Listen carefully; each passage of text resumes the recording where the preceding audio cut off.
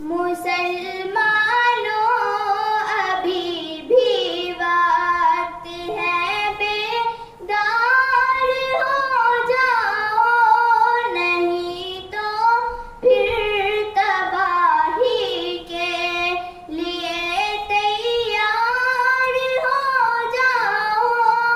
इमामत फिर पलट आए,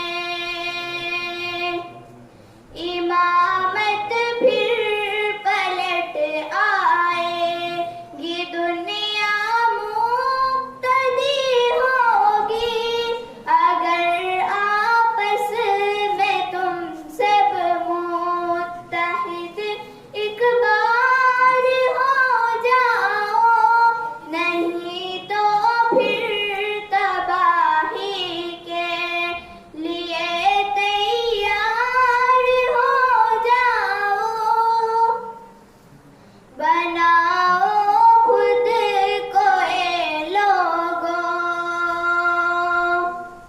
बनाओ खुद को ए लोगों, अमीरे हमज़ा की सूरत पियो जामे शहादत, खुल्द के हक़दार हो जाओ, नहीं तो फिर तबाही के लिए तैयार हो जाओ।